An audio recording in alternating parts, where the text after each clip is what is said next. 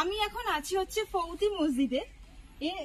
এর আগে এখানে জঙ্গল ছিল, এখন একটু বাসস্থান হয়েছে। দেখো চারদিকটা জঙ্গল। এখানে সিঁড়িটা অর্থাৎ মসজিদে ওঠার সিঁড়িটাও ভীষণই খারাপ। আমি একটু ধরে উঠছি। দেখো এখানে যারা আসবে সাবধানে আসবে, সাপ খোঁজেরও ভয় আছে।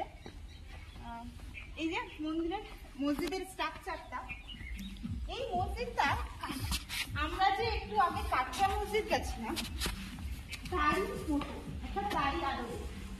এই মসজিদটা একটা রাতেই তৈরি করেছিলেন সরফরাজ খান এবং 1740 খ্রিস্টাব্দে। কথিত আছে যে এই মসজিদ একদিনে তৈরি হয়েছিল। একদিনে তৈরি হলেও এর প্ল্যানিং বাবদ কিন্তু সময় লেগেছিল 1 মাস। আলীবর্দী খানের সঙ্গে যুদ্ধে মসজিদ তৈরি হওয়ার দিনই মানে সময়ই এটা মারা যায়, মানে মসজিদটার কাজ ওখানে শেষ হয়ে যায় এবং সরফরাজ খান মারা যায়, অর্থাৎ ফাউট হয়ে যায়। সেখান থেকে এই মসজিদের নাম হচ্ছে ফৌতি মসজিদ বা ফুটি মসজিদ। এখনো দেখতে পাবেন আপনারা, উপর দিকে যদি দেখেন এর ভগ্নাংশ আছে, অর্থাৎ মসজিদের কাজ কিন্তু অসম্পূর্ণ ছিল, সম্পূর্ণ হয়নি, সেই জন্যই এগুলো অসম্পূর্ণ রয়ে গেছে। এর চারদিকে 4-5টা মিনার ছিল, সেগুলো কিন্তু নেই, অনেকগুলো ধ্বংস হয়ে গেছে। এগুলো রক্ষণাবেক্ষণের প্রচন্ড অভাব।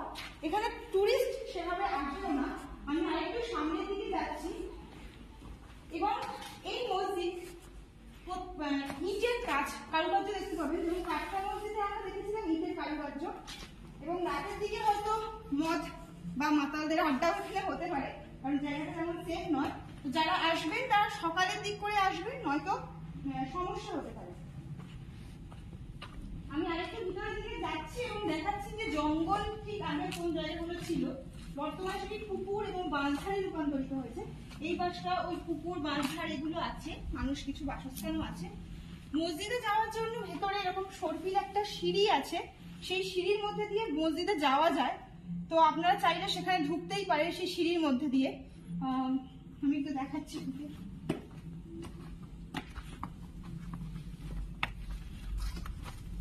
এটা হচ্ছে সর্পিল সিঁড়ি, যে কোনো মুহূর্তে এটা ধ্বংস হয়ে যেতে পারে বলা হয়।